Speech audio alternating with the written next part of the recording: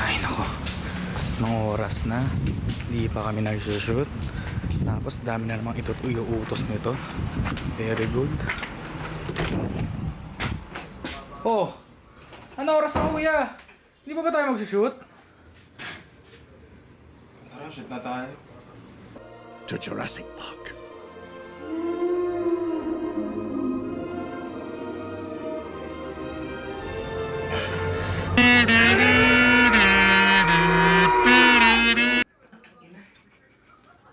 Masakit na likod ko, pre.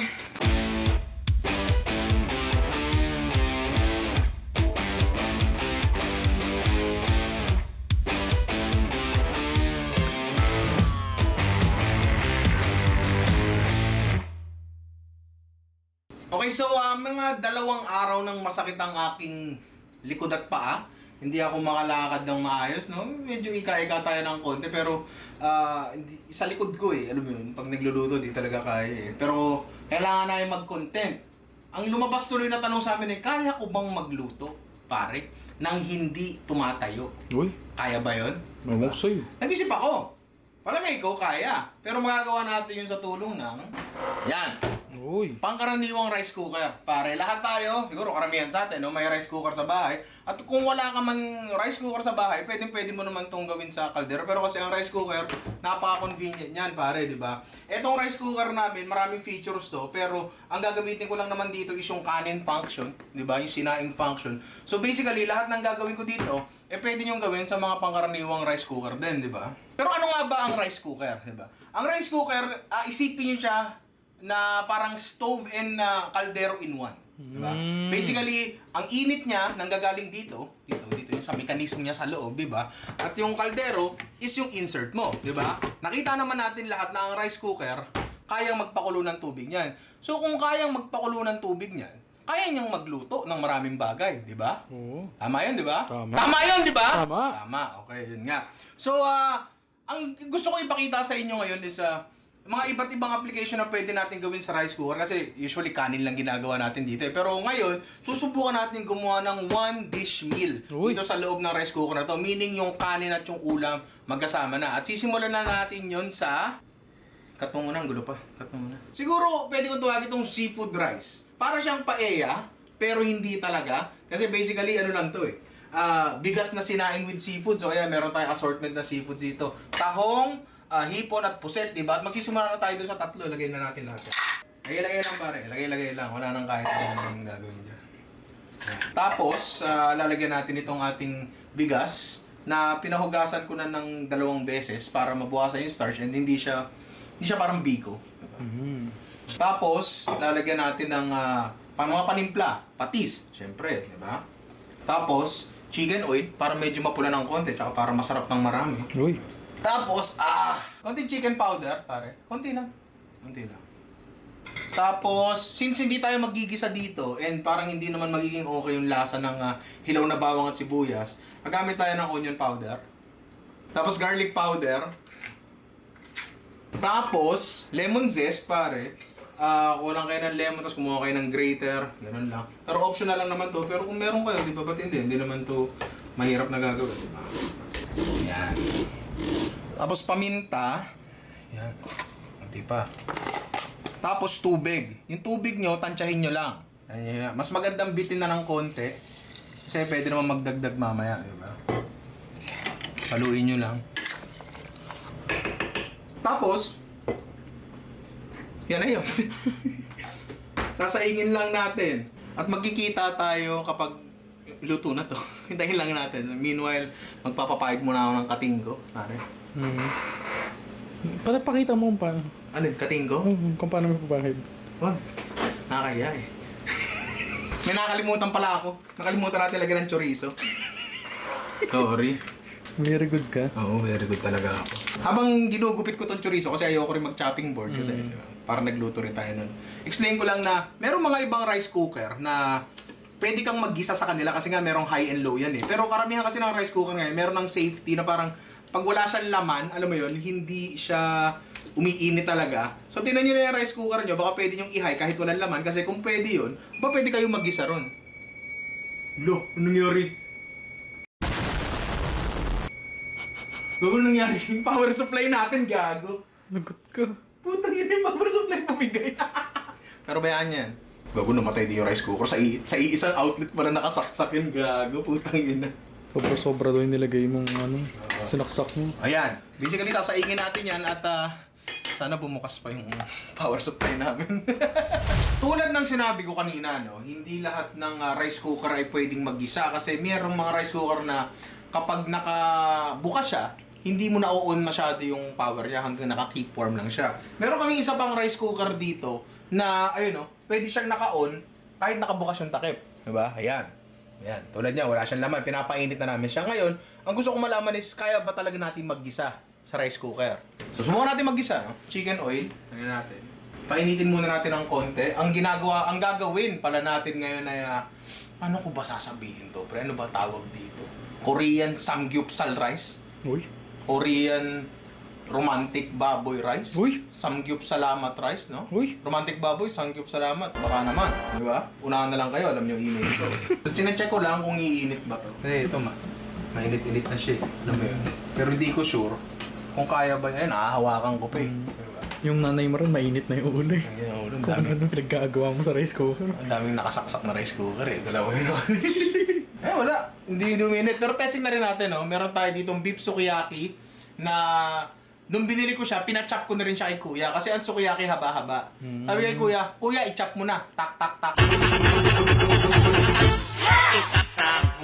Tak, tapos. Yan na yun.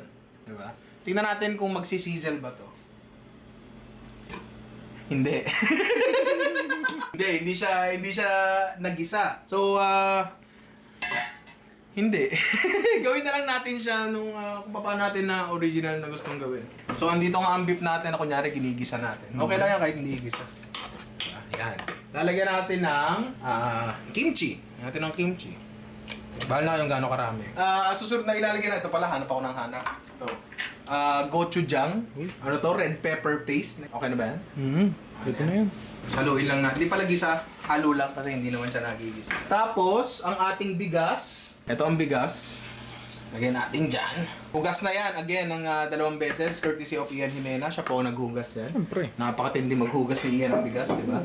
So, lalagyan natin ng garlic powder. Chicken powder. Patis. Of course, di ba? Yan. Tapos may nakalimutan pa ba ako? Parang wala na naman, di ba? Haluin natin ng konti para lang evenly distributed ang lahat. At saka natin lagyan ng tubig. Enough lang na tubig. Again, mas okay na bitin kaysa sa sobra. Kasi mas madali magdagdag kaysa magbawas. Haluin lang and takpan hanggang maluto, di ba? At hintayin lang natin maluto itong dalawa. May isa pa kami dish kasi dalawa lang yung rice cooker namin. So hintayin namin matapos yung isa bago namin isa lang yung isa pa. And ayun, kita-kita tayo mamaya. Dodota muna ako. Hindi ko alam kung gaano katagal na itong nakasalang pero pwede natin i-check. Ayan, napakabango. Hindi ba iyan? Napakabango. At tingnan natin ang laman. Hindi pa to luto probably. Ayan, di ba? Teka, punasan mo nga yung lens, gaga. So, dito nyo i-judge. Sorry nag-moist kasi kanina. Ang pinaka magiging issue nyo lang siguro dito is yung seasoning niya. Kasi, baka isipin nyo, hindi na yan pwedeng timplahan pag natimplahan nyo na sa umpisa. So, dapat sakto ba yung alat nyo sa umpisa? Hindi. Mas mabuting rin yung alat nyo sa umpisa, medyo bitin. Kasi, kapag naluto naman to, wala namang problemang haluin yan di ba? Lagyan nyo ng timpla sa huli, asin, chicken powder o kung ano man, di ba? So, ngayon, eto, paluto na siya. And, natikman ko na, ang sarap. So, hintayin natin to. And eto, medyo matagal-tagal pa. Basta eto, pagkaluto na ito, pakita namin agad sa inyo, then sasala namin yung last dish namin. Siyempre, rice cooker, 3 ways nga tayo. Siyempre. At ngayon nga, luto na siya, pare. Yung mga kanin niya, ito na, hindi na nagbabato-bato and hindi naman siya masabaw. Ngayon, ang kailangan natin gawin, bago siya tuluyan matapos, ay lagyan natin ng kinchay, flat leaf parsley, di ba? Since ayaw nga natin magtrabaho, gupit-gupit na lang, men. Mas hugasan nyo mabuti yung mga kagulayan nyo, di ba? Kanin, yan. Kompleto yan, men. 1 dish meal. Di ba? Ako tayo chorizo. Masarap yung chorizo eh. Wala po. Masarap ba? Di ba? Masarap ang chorizo? Sarap. May natin spring onions. Optional lang to, ano yung problema. Parang gusto ko siyang lagyan ng crispy garlic, kaso nasa labas eh. Ayokong kunin. Protection yan sa mga kaaway. Pipigayin nyo na yan ganyan. Konti lang. Okay. So titikman na natin ang ating seafood rice, di ba? One dish meal para niluto lang sa rice cooker, di ba? Basically, sinaing lang to na may chorizo at seafood. Yan natin na chorizo. Mahilig kasi talaga ako sa chorizo. Si Andrew ay nagturo sa akin. Okay. Honestly, nagkamali ako dito. Dapat yung puset sa bandang huli ko ilalagay. Kasi prone to overcooking nga yung puset, di ba? Pero hindi siya na-overcook dito pare. Like, hindi siya tough at all. Di ba? Ang galing. Tapos, kung isusearch nyo ang tunay na paella, sorry, ang pinag-aagawan dyan is yung sokarat, yung totong, di ba? And dun sa rice cooker natin, nag-generate siya ng konting totong, pare. Uy. Di ba? Hindi ko to sinasabi na tunay na paella to, pero at least may elements, di ba? Pag nilagay niyo yung tahong, liliit talaga siya. Alam mo yun? Pero kasi, ang gusto nating mangyari dito is, yung shell kasi ng tahong, maraming katas yan. And yun ang magpapalasa sa natin, sa sabaw natin, di ba? Kasi tubig lang ang nilagay natin eh. Again, kung matabang sa inyo, pwede yung dagdagan ng patis, asin, chicken powder, bahala kayo. Pero, pag nilagay nyo sa uli, dahan-dahan lang kasi pag hinalo nyo ng hinalo, maaaring magkadurog-durog yung kanin. Or kapag hilaw pa siya, hinalo nyo ng hinalo, maaaring magkadikit-dikit, di ba? Ito, sobrang okay nito. Parang titigilan ko na to kasi may dalawa pa tayong titikman. So nakita nyo na yung seafood natin. Yung natin, Korean beef natin, di ba? Yung samgyeopsal rice natin, hindi pa masyadong okay. Pero, tayin lang natin. Ito, sala na tayo ng pangatlo natin. Ang unang ingredient natin dyan ay kasi yung manok. Ayun, no, nasa likuran mo. Tangin ang layo. Siyempre. Okay. Simula tayo sa manok. Kahit anong manok, pinili ko dito wings pero maganda leg and thigh. Lagyan natin agad dyan. Tapos ng manok, kailangan natin ng, ano yun pare? Tomato sauce. Ikaw na ba lulutuin mo? Ay, ano ba yung lulutuin ko? Sorry, hindi ko pa rin nasabi. Chicken apritada rice. Uy. Diba? Sorry, tomato paste pala to. Uy, Del Monte. Uy. Del Monte. Alam niyo naman email ko. Baka naman. Mamaya na pala, haluin. Wala pang nilalagay na kahit ano. Chicken oil. Tapos, shit. Bigas. Onion powder. Garlic powder. Chicken powder. Kailangan natin ng mga kagulayan. Sabihin ba maghihiwa pa ako? Yung chopping board natin. May chopping board tayo dito. Sa likuran. Sinubukan ko tong i-attempt na, alam mo yun, walang hiwa-hiwa, pero mukhang kailangan natin maghiwa dito. Kung gusto natin i-claim na apritada to. Teka, ba't wala akong sombrero? Hindi talaga siya sobrang talas kasi dapat ito matalas kasi pansaksa kasi yan. Wala nang balat-balat. Tamad ka naman eh. Ngayon dyan, carrots. Patatas, konti lang din. Tapos, ang gulay natin, isa pa, bell pepper. Lagyan natin. Itong application, itong mga ginagawa ko, siguro pwede nyo itong gawin pag, nasa condo kayo, nasa mga apartment kayo na karamihan kasi ngayon bawal na mag-apoy. Alam mo yun? Bawal ang gas line sa condo tsaka sa apartment. Puta, induction. Minsan nakakatamad eh. Rice cooker na lang, di ba? Meron pa tayong green peas dito. Optional lang naman din yan. Ayan, tubig. Ayan. And that's it, pare. Takpan natin to. Pagbukas yan, meron na tayong chicken apritada rice na naluto natin nang hindi tumatayo, di ba? At palagay ko, luto na nga ang ating beef samgyeopsal rice, di ba? Uy. Yan. Oh, di ba? Check natin, ito may mga puti-puti. Hilaw ba to? Hindi naman. So, good na siya. Pero hindi pa dito natatapos yun kasi, ano ang samgyeopsal kung walang keso? Uy. Pare, di ba? Walang grate yan. Dagdag hugasin pa yun eh. Pakti-pakti lang yan. Yan. Meron tayo ditong melting cheese. Alam mo yung mga kasama mo sa samgyeopsal na halos inumin na yung keso. Tapos meron din tayong mozzarella cheese. Diba? Marami na ba yan? Hindi pa. Hindi, lahat natin. Here for a good time, not a long time naman. Tapos tutuin pa natin hanggang matunaw lang yung keso. Diba?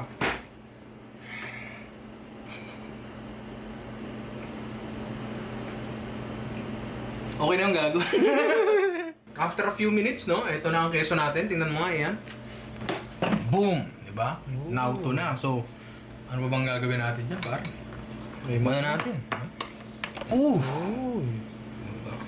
Ay, putik. Ba't kasi nasa ibabaw yung keso eh? Ito pala. Okay. So, eto na nga ang ating cheesy samgyeopsal rice. Diba? Uy. Ganun lang din, ginawa natin, pinagsama-sama lang natin lahat ng ingredients sa rice cooker. Tapos, ayun na siya. Luto na siya, no? So, tikman natin kung talaga bang may lasa. Baka mamaya lasang punyeta to eh. Naamoy mo yung kimchi, yung gochujang. Mm. Delikado sa akin to, pare. Bakit? Kahit 4 na ganito, kaya ko kainin. Yun lang eh, masarap lang eh. Alam mo? So, yun nga, hindi tayo nakapag-gisa sa rice cooker, parang okay lang, no? Kasi parang okay lang naman siya kahit hindi ginisa yung baka eh. Pero alam mo yun, kung willing ka namang tumayo ng konti, di ba? At lutuin to sa tunay na kalan, pwede mong igisa, di ba? Makapag-gisa ka ng tunay na sibuyas bawang, di ba? Makapag-gisa ka ng baka. Mas masarap to, di ba? Pero itong gantong combination kasi pare, kahit kailan naman di matatalo yan eh. Baka, kimchi, keso, di ba? Ngayon na ako eh, magbobot match muna, Uy. diba? Habang kumakain. Oo. Partida. Don't break up, don't break up. Pare, makakalasit ako. Sige. Luto na siguro to. Yan. Okay. May mga puti-puting kanin. Check natin kung hilaw ba siya. Kasi kung hindi naman, goods na to. Kung hilaw, luto pa ng konti. Diba? Hindi naman, okay na siya. Para siya medyo naging siya, pre. Risotto type. Alam mo yun? Cancel na natin yan. Apritada. Panos Diaz, dahil siya apritada. Putang ina. Paminta. Apritada. Dahil siya apritada, do kung ako lang naman. Konti lang napatis pa. So maganda rin na, alam mo yun, hindi ba? Putang ina, paminta talaga. Kung pwede nga, kung talaga kunyari, ayaw mo maghiwa, di ba? Ayaw mo maghiwa, pwede mo maglagyan ng patatas yan. Gusto mo, manok na lang, tomato sauce, saka yung mga panimple. Goods na rin to. Patatas, luto, di ba? Ayos to. Ayos to. So, anong natutunan natin? Siguro ang natutunan natin dito eh, unang-una, kahit masakit ang likod at paa mo, pwede ka pa rin magluto, di ba? Hindi mo kailangan ng kalan, makapagluto ka ng decente pagkain, di ba? Pangalawa, ang rice cooker para ay very versatile, di ba? Parang siguro pwede nating tingnan uli yung mga gamit sa bahay natin at hanapan natin sila ng ibang gamit bukod sa nakasanayan na, di ba? And I'm sure marami pa tayong pwedeng magawa dito sa rice cooker na to, no? Kaya baka lang, hindi ko pa pinapangako, pero baka magkaroon tayo ng part 2 dito, di ba? So, pare, rice cooker lang yan, ha? Huwag ka ma-pressure. Ay, puta, hindi pala pwedeng tumayo. Cut mo na.